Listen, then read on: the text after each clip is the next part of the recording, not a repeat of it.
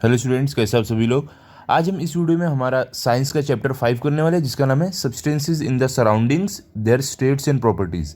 ये चैप्टर मैं आपको दो पार्ट में एक्सप्लेन करूंगा। पहला पार्ट ये जो मैं आपको एक्सप्लेन कर रहा हूँ, इसमें हम पेज नंबर 32 से लेके 35 तक करने वाले हैं। ओके, तो ये पूरा जो है आपको 4 पेज जो है मैं अच्छे से एक्सप्लेन करूंगा, इसके लिए आप वीडियो आखिरी तक ज़रूर देखना। ओके, देखो हमारे चैप्टर का नाम क्या है, सब्सटेंसेस इन द सराउंडिंग। मतलब कि जो सब्सटेंस, जो चीज़ें हमारे आजू बाजू है, वो देयर स्टेट्स, और वो किस रूप में है, एंड प्रॉपर्टीज़। प्रॉपर्टीज़ मतलब कि अलग अलग तापमान पे, अलग अलग टेम्परेचर पर वो कैसे रिएक्ट करते हैं, वो हम देखने वाले हैं। ठीक है, तो देखो आपको टेक्स्ट बुक में सबसे पहले क्या दिया है, आपको चैप्टर नंबर 5 में ऊपर जब स्टार्ट होगा आपका चैप्टर, क्या है, कैन यू रिकॉल, मतलब क्या आप याद कर सकते हो। कुछ आपको पुरानी चीज़ें पूछी गई है जो आप ऑलरेडी पढ़ चुके हो। क्या है, name the solid, liquid and gaseous states of water. क्या बोल रहे हैं आपको कि सॉलिड, लिक्विड और गैसियस स्टेट जो वाटर का होता है, जो पानी का होता है, वो आपको बताने बोला है। तो आप आंसर में क्या लिखोगे, आइस इज सॉलिड स्टेट। क्या आप लिखोगे कि आइस जो है ये पानी का सॉलिड स्टेट है, वाटर इज लिक्विड स्टेट, और वाटर जो है ये इसका लिक्विड स्टेट है, and vapour is gaseous state of water. और जो वेपर है, जब पानी भाप बन जाता है, वो गैसियस स्टेट ऑफ वाटर रहता है। ठीक है, अब देखो आगे आपको क्या है, उसके आगे आपको क्या है, there are 3 states of the matter. क्या बोल रहे हैं, जो मैटर है उनके 3 स्टेट्स होते हैं, 3 रूप होते हैं। कौन कौन से हैं, सॉलिड, लिक्विड और गैस। क्या है, सॉलिड, लिक्विड और गैस, ये 3 रूप होते हैं मैटर के। आपको याद रखना है, एग्जाम में आपको आ सकता है। ओके, अभी देखो आगे आपको क्या दिया है, यहां पर आपको बोल रहे हैं लेट्स ट्राई दिस। क्या है, take piece of wax in a bowl and heat them, observe the changes. क्या आपको बोल रहे हैं यहां पर कि आप वैक्स, एक वैक्स का आप टुकड़ा लो और उसको क्या करो, हीट करो एक बाउल में। इस तरीके से देखो, इसके अंदर वैक्स है जिसे हम मोम बोलते हैं। ओके, तो उसका टुकड़ा लेना है। आप आसान शब्दों में अगर बोलोगे, मोमबत्ती जो रहती है ना, वो है, उसका टुकड़ा लिया हमने बाउल में और उसको हीट किया। हीट करके हमें ऑब्जर्व करना है क्या होता है। तो देखो, जब भी आप उसको हीट करोगे, वैक्स को जब भी उसको गर्मी दोगे, तो क्या होगा, वो पिघल जाएगा। पिघल के किस में हो जाएगा, लिक्विड स्टेट में हो जाएगा। और थोड़ी देर बाद क्या होगा, वो जम जाएगा बाउल में। ठीक है, क्योंकि देखो जो वैक्स रहता है, पिघलते ही क्या होता है, जम जाता है। ठीक है, तुरंत उसी समय वो जम जाता है। तो ये आपको कुछ ऑब्जर्वेशन देखने के लिए मिलेगी। ओके, अभी देखो आगे चलते हैं हम। यहाँ पर क्या बोल रहे हैं, every substance is found in either solid, liquid और गैसियस स्टेट। क्या बोल रहे हैं कि कोई भी सब्सटेंस हो, कोई भी चीज़ हो, उसको या तो हम सॉलिड स्टेट में पाएंगे, या तो लिक्विड, या तो गैसियस। ये 3 रूप में हमें मिलती है। अब समझ लो पानी है, तो पानी हमें लिक्विड स्टेट में मिलता है। उसके बाद अभी समझ लो आयरन, जो लोहा रहता है, वो कौन से स्टेट में है, वो सॉलिड स्टेट में है। और जो गैस रहती है, जैसे सिलेंडर के अंदर जो आपकी गैस है, जो आपके बलून के अंदर गैस है, ये सब कौन से स्टेट में है, ये गैसियस स्टेट में है। तो कोई भी चीज़ यही 3 रूप में रहती है, या तो सॉलिड, या तो लिक्विड, या तो गैस। ये आपको याद रखना है। ओके, अब आगे क्या है, इफ इट इज हीटेड और cooled, it changes it's state. क्या बोल रहे हैं, अगर ये जो चीज़ें हैं, जो सॉलिड, लिक्विड और गैसियस स्टेट में रहते हैं, अगर हम इसको ठंडा करें या गर्म करें, तो क्या होता है, इनका जो स्टेट होता है, जो इनका रूप होता है, चेंज हो जाता है। जैसे कि लिक्विड है, लिक्विड को आप गर्म करो, हीट करो, क्या होगा, वो बन जाएगी गैस में। ठीक है, और जो गैस रहता है, उसको अगर आप ठंडा करोगे, तो क्या हो जाता है, वो बन जाती है पानी, लिक्विड स्टेट में। ओके, अब समझ लो सॉलिड है, जो आइस है, जो आपका बर्फ है, उसको आप गर्म करो, क्या बन जाएगा, अपना रूप चेंज करके क्या बन जाएगा, लिक्विड में बन जाएगा। तो इसी तरीके से अलग अलग सब्सटेंस को जब आप हीट दोगे, गर्मी दोगे, या तो जब उसको कूलिंग करोगे, कूल करोगे, तब वो अपना रूप चेंज करते हैं। आगे क्या है, when a substances changes from one state to another, this process is known as change of state of the substance. क्या बोल रहे हैं कि जब कोई सब्सटेंस, जब कोई चीज़ अपना रूप एक रूप से दूसरे रूप में चेंज करता है, एक फॉर्म से दूसरे फॉर्म में चेंज होता है, तो उसको हम बोलते हैं change of state of substance. ठीक है, क्लियर। आगे बढ़ते हैं। देखो अभी आपको यहाँ पे क्या दिया गया है, J Willard Gibbs was a scientist who showed that the characteristic properties of a substance depend on its physical state and the arrangement of particles in it। क्या यहाँ पर बोल रहे हैं, यहाँ पर बोले कि जो जे विलर्ड गिब्स, ये जो साइंटिस्ट थे, इन्होंने ये बताया और ये दिखाया कि जो कैरेक्टरिस्टिक होती हैं, जो कैरेक्टरिस्टिक प्रॉपर्टीज़ होती है कोई सब्सटेंस की, वो उसके फिजिकल स्टेट और उसके अंदर जो पार्टिकल्स है उसके वो कैसे अरेंज है उस पर डिपेंड करते हैं। क्लियर। अब देखो आगे आपको क्या है यहाँ पर।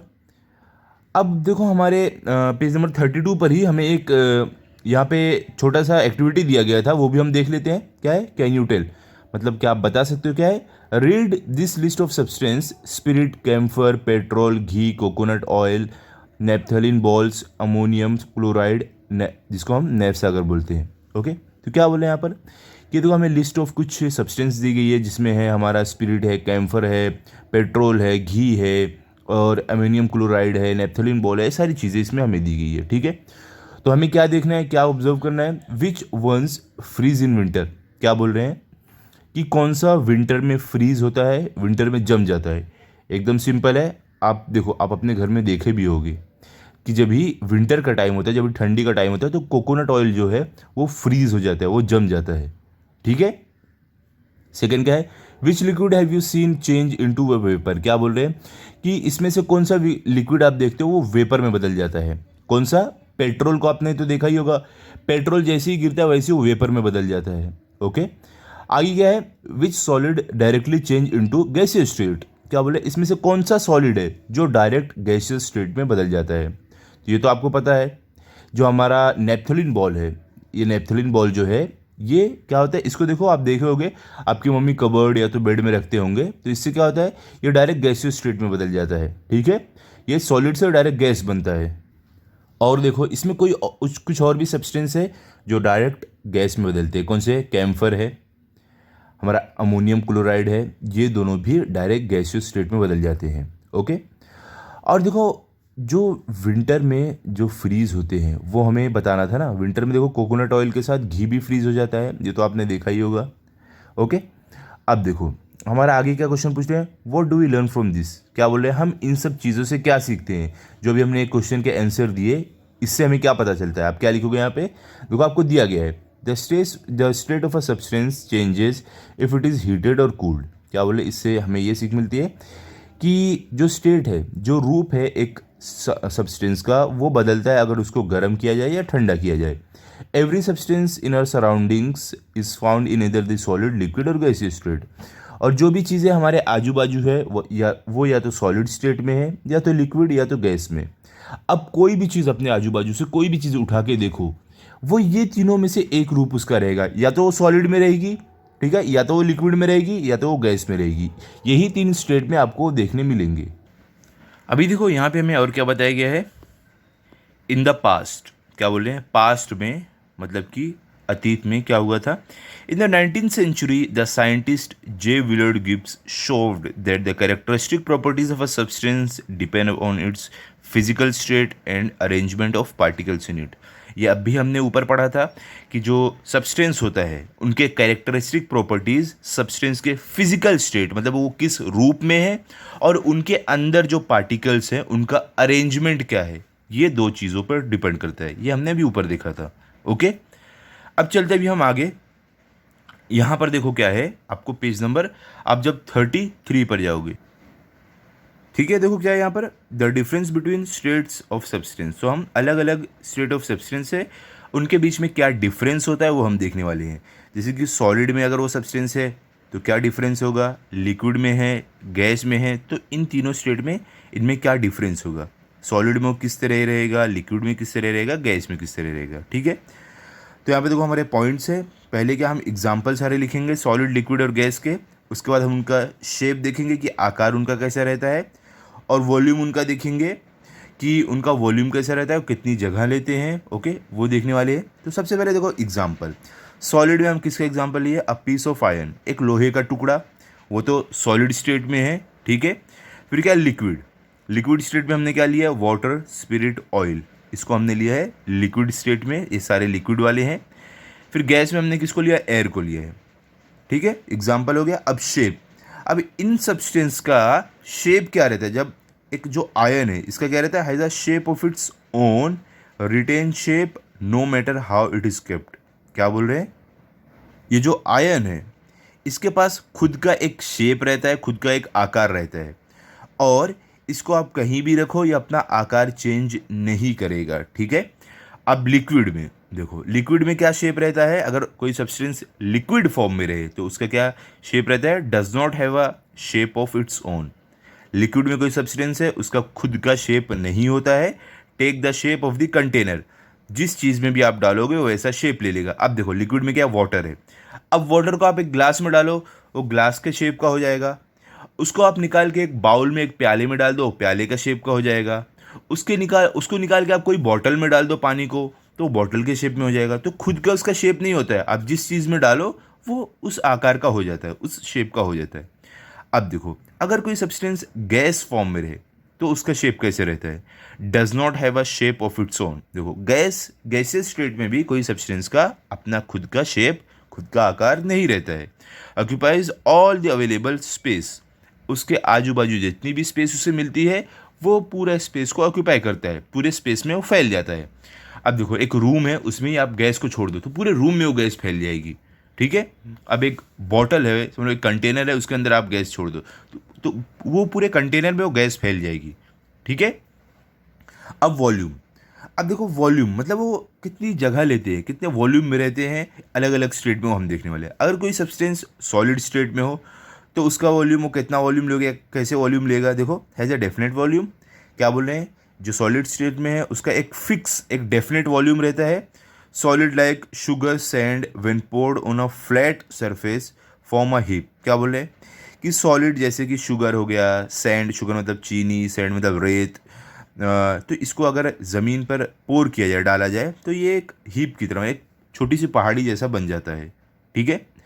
अब देखो लिक्विड स्टेट में अगर कोई सब्सटेंस लिक्विड स्टेट में रहे तो उसका क्या वॉल्यूम रहता है, it is a specific volume. इसका एक स्पेसिफिक वॉल्यूम रहता है, एक फिक्स वॉल्यूम इसका भी रहता है। और देखो आगे, occupies definite portion of a container. क्या बोल रहे हैं कि अगर इसको हम कंटेनर में डालेंगे तो वो एक पोर्शन को ऑक्यूपाई करेगा, जितना उसका वॉल्यूम रहेगा उतना ऑक्यूपाई करेगा। Spreads on a flat surface on pouring, अगर आप लिक्विड को फ्लैट सरफेस मतलब कि ज़मीन पर अगर आप पोर करोगे, डालोगे तो वो फैल जाता है, ठीक है।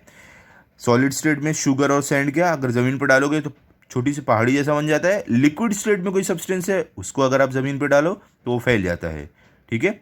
Flows downwards along a slope, अगर एक स्लोप पे एक ढलान पे आप लिक्विड स्टेट वाले को डालोगे तो वो क्या करता है, वो उस पर नीचे की तरफ बहता है, ठीक है। आप पानी को ही अगर ढलान पे डालो वो क्या करेगा, नीचे की तरफ बहते हुए चला जाएगा, ओके।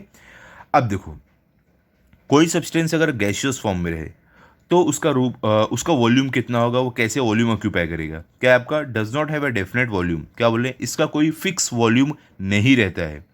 क्यों, क्योंकि गैस देखो इधर उधर इधर उधर गैस जाते रहती है, एक जगह रुकती नहीं है। आप गैस को हवा में छोड़ो कहीं भी जाने लगेगी। तो क्या बोल रहे हैं, on changing the pressure on a gas in a closed container its volume also changes. क्या बोल रहे हैं कि अगर आप प्रेशर एक कंटेनर के अंदर अंदर प्रेशर चेंज करोगे गैस के लिए तो क्या होगा, उसका वॉल्यूम भी चेंज हो जाएगा, ठीक है। देखो आपने देखा होगा कि हम कैसे कोई कंटेनर के अंदर गैस को एकदम दबा के बंद कर देते हैं तो उसका वॉल्यूम देखो कम हो जाता है, तो वही यहाँ पर बोला है, ओके। अब देखो आगे के आपको फिफ्थ में क्या दिया गया है, चेंज इन स्टेट मतलब कि जो एक सब्सटेंस का रूप कैसे कैसे चेंज होता है वो यहाँ पर लिखा गया है। क्या है, सॉलिड में अगर कोई सब्सटेंस है उसको अगर आप हीट करोगे, अगर आप गर्म करोगे वो बन जाएगा लिक्विड, ठीक है। और अगर आप लिक्विड को हीट करोगे वो बन जाएगा लिक्विड से चेंज होकर गैस। मैं आपको एग्जांपल देता हूँ। सॉलिड में आप समझ लो बर्फ़ लिया है आपने, ठीक है। बर्फ़ को आपने हीट किया वो बन जाएगा लिक्विड में क्या बन जाएगा, वाटर। और उसको वाटर को भी आप हीट करोगे तो वो जो वाटर है वो हीट होके बॉईल होगा और बॉईल होके इवापोरेट हो जाएगा, वो बन जाएगा गैस, ठीक है। भाप बनता है ना तो उसी को गैस बोलेंगे, समझ गए। उसके बाद अब देखो, अब गैस जो है, ये जो गैस है इसको अगर आप कूल करोगे, ठंडा करोगे तो क्या बन जाएगा, वो लिक्विड बन जाएगी। और अगर उस लिक्विड को भी आप ठंडा करोगे वो बन जाएगी सॉलिड। सेम चीज़ है जो वाटर वेपर है, अगर वाटर वेपर को आप ठंडा करोगे तो क्या बन जाएगी, लिक्विड। और उस लिक्विड को आप फ्रिज में डाल दो, पानी को आप फ्रिज में डाल दो, वो क्या बन जाएंगे, सॉलिड। फॉर एग्जांपल आपने देखा होगा, समझ लो आप अगर गैस पर पानी गर्म करते हैं या कोई भी खाना वाना अगर पकाते हैं तो क्या होता है, जब गैस बंद कर दो तो देखो गैस का जो जिस पतीली में खाना बनता है, जिस बर्तन में, उसके ढक्कन पे देखो पानी की बूंदें रहती है, वाटर पार्टिकल रहते हैं। तो वही होता है वहाँ पर, क्या होता है, जो उसके अंदर थोड़ा बहुत पानी रहता है ना, समझ लो चावल उबालते टाइम या दाल पकाते टाइम या पानी उबालते टाइम, तो गैस बन जाता है उसके अंदर का पानी। लेकिन जब गैस बंद कर दो, क्योंकि ढक्कन से ढका हुआ रहता है वो पतीला, तो गैस बंद बंद करने के बाद जो वो भाप बना रहता है पानी ना, वो ढक्कन पर जाकर ठंडा होके वापस पानी में बदल जाता है, वापस लिक्विड में बदल जाता है। समझ गए आप? चलो भी आगे चलते हैं। अब देखो आगे हमें यहाँ पर क्या है, heat and change of physical state. यहाँ पर हम हीट और वो उसके फिजिकल स्टेट में क्या चेंज होता है वो देखने वाले हैं। क्या है? Change in physical state of a substance is due to effect of heat. क्या बोल रहे हैं कि कोई भी सब्सटेंस है उसके फिजिकल स्टेट में चेंज आने से क्यों आता है, जब उसको हीट दिया जाए। अगर किसी भी सब्सटेंस को हीट मिलेगी, गर्मी मिलेगी, तो उसका फिजिकल स्टेट चेंज होगा। ठीक है? Solids on heating change their state into liquid. क्या बोले कि सॉलिड में कोई भी सब्सटेंस अगर रहेगा, उसे अगर हम हीट करते हैं तो वो बदलकर लिक्विड में बदल जाता है। फॉर एग्जांपल, बर्फ को गर्म करो, वो बन जाएगा पानी, तो वो क्या हो गया, सॉलिड से लिक्विड बना है। Liquid on heating change into gas. और क्या बोल रहे हैं कि जो लिक्विड है, जो पानी है, मैं एग्जांपल आपको दे रहा हूँ, जो पानी है उसको गर्म करेंगे, उसको अगर हीट करेंगे तो वो बदल जाएगा गैस में, वो बदल जाएगा भाप में, गैस में। Similarly, the gaseous when cooled convert into liquid and liquids when cooled further can change into solids. क्या बोल रहे हैं? सिमिलरली, इसी तरीके से अगर गैस को आप ठंडा करोगे तो वो बन जाएगा लिक्विड। ठीक है? और आप लिक्विड को अगर और ठंडा करोगे तो वो बन जाएगा सॉलिड। ये तो आपको अच्छे से पता है, मैंने अभी आपको ऊपर एग्जांपल दिया है।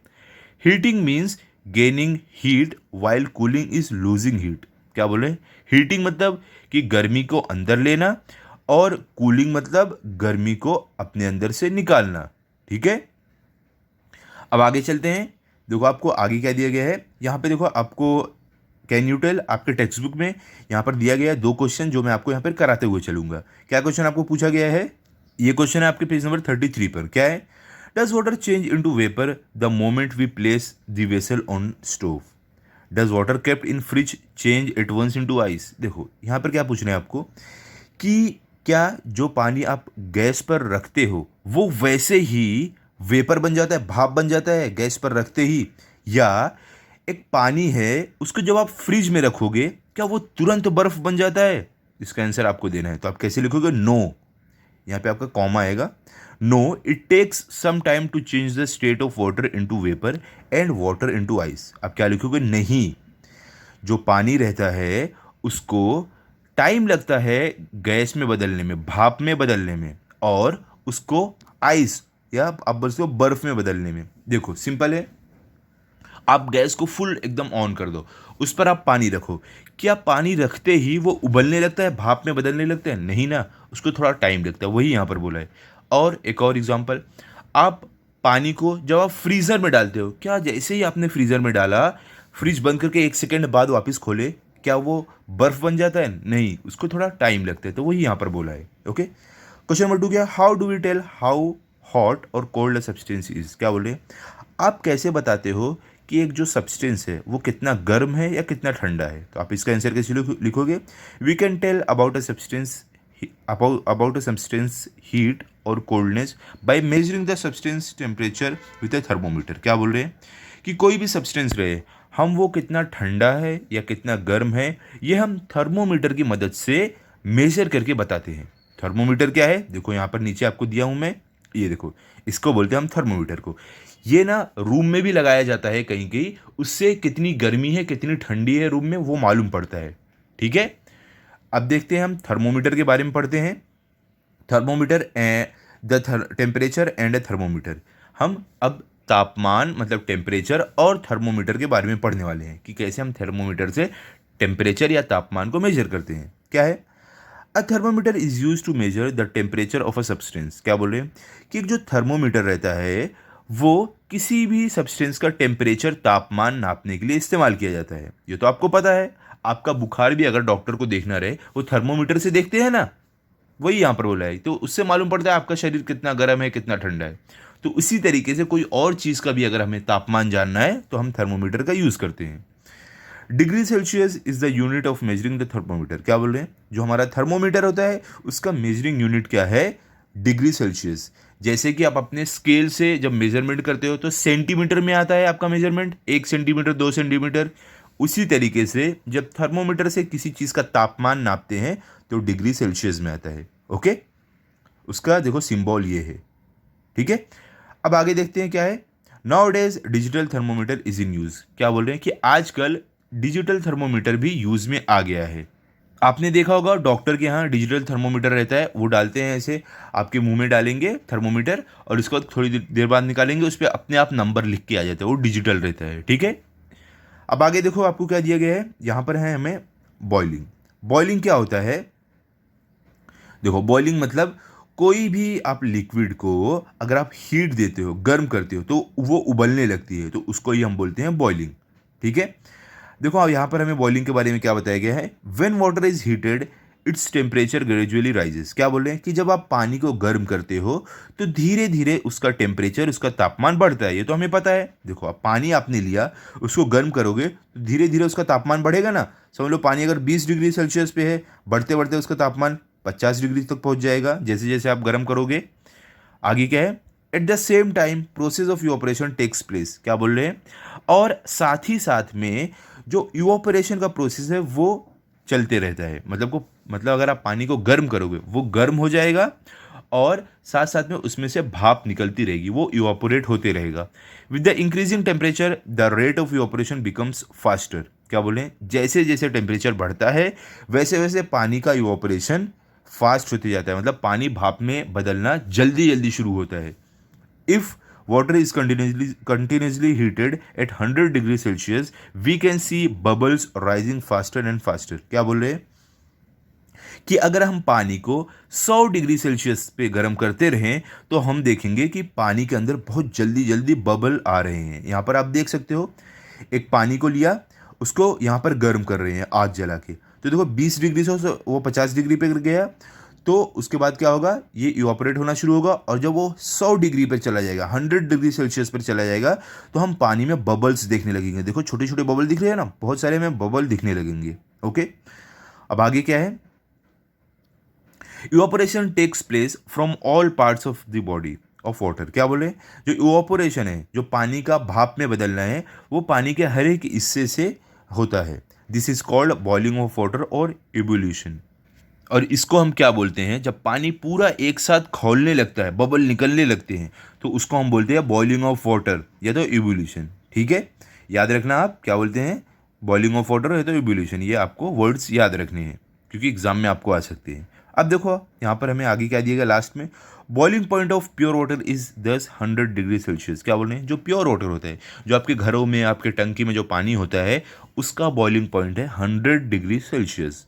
ठीक है, 100 डिग्री पर वो खौलना शुरू हो जाता है, बॉयल होना शुरू हो जाता है। देखो यहाँ पर हमें समझाया गया सिंपल तरीके से, when the substance is heated, जब कोई भी सब्सटेंस को हम गर्म करते हैं तो क्या होता है, वो समझ लो वो सॉलिड स्टेट में है।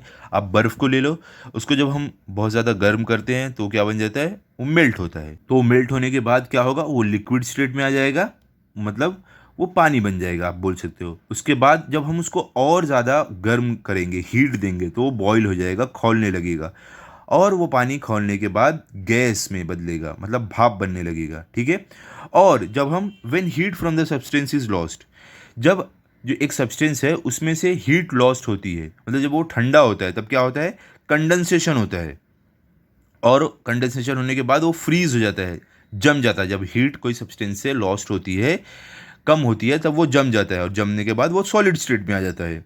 फिर उसके बाद वापस उसको जब गर्मी मिलती है, वो मेल्ट होता है, पानी बनता है, बॉयल होता है और गैस में बदल जाता है। तो ये प्रोसेस जो है ये चलते रहता है इस तरीके से। इससे ही हमारा क्या होता है, हमारी बारिश होती है। ठीक है, यही प्रोसेस उसमें रहता है। एक लिक्विड में समझ लो पानी है, पानी भाप बनता है, भाप बन के ऊपर जाता है आसमान में, वो बादल बनता है, बादल जब ठंडा होता है तो क्या होता है, वो फ्रीज होता है। ठीक है, फ्रीज होने के बाद उसको जब थोड़ा गर्मी मिलती है तो बारिश के रूप में नीचे आता है, हमारे धरती पर, हमारी पृथ्वी पर आता है। ओके, अब देखो आगे क्या है, यहाँ पर देखो अभी हमें बताया गया कंडेंसेशन।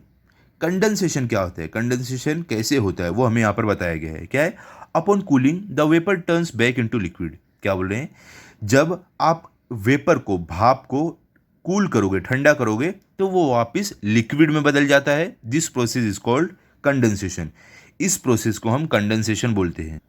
ठीक है, कूल करने पर, ठंडा करने पर जब गैस वापस लिक्विड में बदल जाती है, इस प्रोसेस को हम कंडेंसेशन बोलते हैं। क्लियर। अब देखो आगे आपको क्या है, the temperature at which condensation takes place is called condensation point. क्या बोल रहे हैं, टेम्परेचर, एक ऐसा तापमान जिस पर कंडेंसेशन होता है उसको हम कंडेंसेशन पॉइंट बोलते हैं। मतलब ऐसा तापमान जहां पर गैस पानी में वापस बदलता है, लिक्विड में वापस बदलता है, उसे हम कंडेंसेशन पॉइंट बोलते हैं। अब आगे क्या, for pure water condensation point is also 100 degree Celsius. क्या बोल रहे हैं, प्योर वाटर के लिए, जो हमारे घरों में पानी रहता है, जो हम पानी इस्तेमाल करते हैं, उसका कंडेंसेशन पॉइंट है 100 degree Celsius. The boiling point and the condensation point for water is one and the same. क्या बोल रहे हैं, बॉइलिंग पॉइंट और जो कंडेंसेशन पॉइंट है पानी का, वो एक ही है, सेम होता है, जो है 100 डिग्री सेल्सियस। ये आपको याद रखना है, एग्जाम में अगर आया कि boiling point and condensation point of water क्या है, तो आप क्या लिखोगे, 100 डिग्री सेल्सियस, क्योंकि दोनों का सेम रहता है। वाटर का बॉइलिंग पॉइंट और कंडेंसेशन पॉइंट दोनों सेम है। क्लियर। चलो अभी आगे चलते हैं। अब देखो यहाँ पर क्या है आपको, फ्रीजिंग। फ्रीजिंग मतलब क्या, जमना। तो कोई भी चीज़ फ्रीज कैसे होती है, जमती कैसे है, उसके बारे में हमें यहाँ पर बताया गया है। क्या है, conversion of liquid state into solid state is called freezing. क्या बोल रहे हैं, कोई भी चीज़ का लिक्विड स्टेट से सॉलिड स्टेट में बदलना, उसको हम फ्रीजिंग बोलते हैं। फॉर एग्जांपल, पानी है, पानी जब लिक्विड से सॉलिड में बदलता है, जब आप फ्रीज में रखो, जब वो बर्फ बन जाता है, तो क्या हुआ, वो लिक्विड से सॉलिड में बदला, तो उसको हम फ्रीजिंग बोलते हैं। ठीक है, the temperature at which freezing occurs is called freezing point. क्या बोले, ऐसा तापमान जहां पर जाकर कोई चीज़ जम जाती है, उसे हम बोलते हैं फ्रीजिंग पॉइंट। जब कोई चीज़ फ्रीज हो जाती है, उसको हम बोलते हैं फ्रीजिंग पॉइंट, उस तापमान को। अब देखो यहाँ पे हमें क्या बताया, water फ्रीजेज into ice eight 0 degree Celsius, therefore the freezing point for pure water is 0 degree Celsius. क्या बोल रहे हैं, जो पानी होता है वो 0 डिग्री सेल्सियस पर जाकर जम जाता है, इसलिए पानी का जो फ्रीजिंग पॉइंट है वो 0 डिग्री सेल्सियस है। ठीक है, आपको ये बात याद रखनी है, प्योर वाटर का फ्रीजिंग पॉइंट है 0 डिग्री सेल्सियस का, और प्योर वाटर का boiling point and condensation point है 100 डिग्री सेल्सियस। ये दो चीज़ें याद रखो। अब आगे क्या है, the temperature inside a freezer is -18 degree Celsius. क्या बोल रहे हैं, जो हमारे घर का फ्रीजर होता है उसके अंदर का टेम्परेचर, जो तापमान है, -18 डिग्री सेल्सियस होता है। ये भी आप याद रखो। ठीक है, समझ गए। आपके जो जो पानी है ना, वो 0 डिग्री सेल्सियस पर जम जाता है, लेकिन जो हमारे फ्रीजर के अंदर टेम्परेचर है वो -18 डिग्री सेल्सियस होता है, मतलब 0 से भी नीचे होता है। ठीक है, अब देखो आगे क्या, आपको यहाँ पर क्या दिए गए, मेल्टिंग। अब देखो मेल्टिंग मतलब क्या, जब कोई चीज़ पिघलती है, जब सॉलिड से लिक्विड में कोई चीज़ बदलती है, उसको हम बोलते हैं मेल्टिंग पॉइंट। देखो यहाँ पर क्या बोल रहे हैं, when the substance changes its solid state into liquid state then it is called melting point. क्या बोल रहे हैं, जब कोई सब्सटेंस, जब कोई चीज़ अपना रूप सॉलिड स्टेट से चेंज करके लिक्विड स्टेट में बदलता है, उसको हम बोलते हैं मेल्टिंग पॉइंट। ठीक है, उसको हम मेल्टिंग बोलते हैं, सॉरी मेल्टिंग पॉइंट नहीं, उसको हम मेल्टिंग बोलते हैं। जैसे कि बर्फ है, ठीक है, उस बर्फ को आप क्या करो, आप अपना गैस जलाओ, कोई पतीली या कोई भी बर्तन रखो, उसके अंदर बर्फ को डाल दो। ठीक है, तो क्या होगा, वो फट से पिघलकर लिक्विड स्टेट में बदल जाएगा। या तो आप चलो गैस पर मत रखो, एक बर्फ को फ्रिज से निकालो, बाहर एक बाउल में रख के रख दो टेबल पर। कुछ समय बाद क्या होगा, वो बर्फ पिघलकर पानी बन जाएगा। तो क्या हुआ, वो सॉलिड से लिक्विड में बदला है, तो इसको हम क्या बोलेंगे, melting. The temperature at which melting of a substance occurs it is it's melting point. क्या बोल रहे हैं, कोई भी सामान जिस तापमान पर वो सॉलिड से लिक्विड में बदलता है, उसको हम मेल्टिंग पॉइंट उस सामान का, उस सब्सटेंस का बोलते हैं। Freezing point and the melting point of water is same 0 degree Celsius. क्या बोल रहे हैं, पानी का फ्रीजिंग पॉइंट और मेल्टिंग पॉइंट सेम है, वो है 0 डिग्री सेल्सियस। ये बात आपको याद ध्यान रखनी है कि पानी का फ्रीजिंग पॉइंट मतलब जिस तापमान पर वो जमता है और जिस तापमान पर पानी पिघलता है, वो है 0 डिग्री सेल्सियस, सेम है।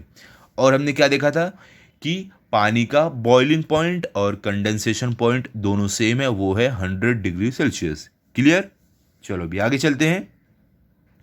अब यहां पर देखो आपको क्या है, यहां पर आपको है बॉइलिंग, कंडेंसेशन, फ्रीजिंग, मेल्टिंग। देखो जो भी हमने ऊपर पढ़ा है अब यहां पर सब एक साथ हमें बताया जा रहा है। क्या है? Each substance has a specific boiling point which is same as its condensation point. क्या बोले कि हर एक चीज का खुद का एक अलग बॉइलिंग पॉइंट और कंडेंसेशन पॉइंट होता है। ठीक है? और इन सब्सटेंस का बॉइलिंग पॉइंट और कंडेंसेशन पॉइंट सेम होता है। जैसे कि पानी का boiling point, condensation point 100 degree Celsius है, वैसे कोई भी सब्सटेंस का बॉइलिंग पॉइंट और कंडेंसेशन पॉइंट सेम होता है। अभी किसी का समझ लो है 200 डिग्री सेल्सियस, कोई भी सब्सटेंस का समझ लो, तो उसका बॉइलिंग पॉइंट 200 डिग्री सेल्सियस है, तो उसका कंडेंसेशन पॉइंट भी 200 डिग्री सेल्सियस रहेगा। क्लियर? अब आगे क्या है? Each substance has its specific melting point which is same as its freezing point. क्या बोले? हर एक सब्सटेंस का, हर एक चीज़ का एक खास मेल्टिंग पॉइंट रहता है। ठीक है?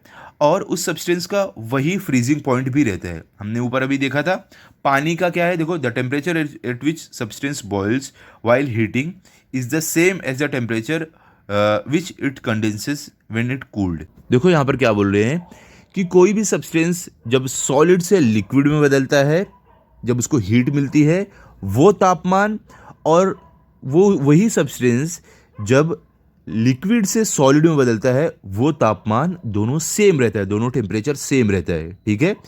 इसका मतलब ये यही हुआ यहाँ पर जो आपको बोल रहे हैं ना कि कोई भी सब्सटेंस का मेल्टिंग पॉइंट और फ्रीजिंग पॉइंट सेम रहता है, मतलब कि वो सेम टेम्परेचर पे पिघलेगा भी और सेम टेम्परेचर पे जमेगा भी। अगर वो 0 डिग्री सेल्सियस पर पिघल रहा है तो वो 0 डिग्री सेल्सियस पर जमेगा भी, मतलब उसका मेल्टिंग पॉइंट और उसका फ्रीजिंग पॉइंट सेम है। क्लियर?